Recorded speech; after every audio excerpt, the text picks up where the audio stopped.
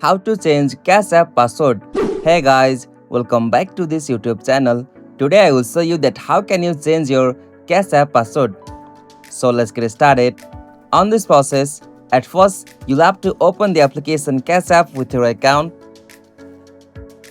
Alright, so after you open the Cash App with your account, you'll got such interface. So from here, at the top right corner, you'll have to tap on your profile icon. Alright, so from the profile section, you'll have to scroll down and go the options like security and privacy.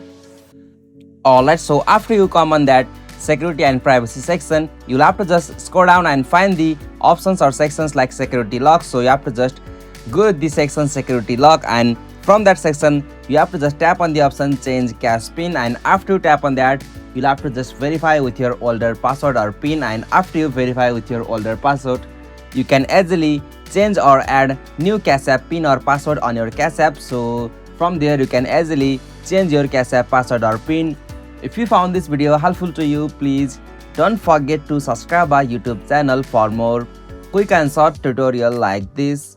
Thank you for watching this video. Have a nice day.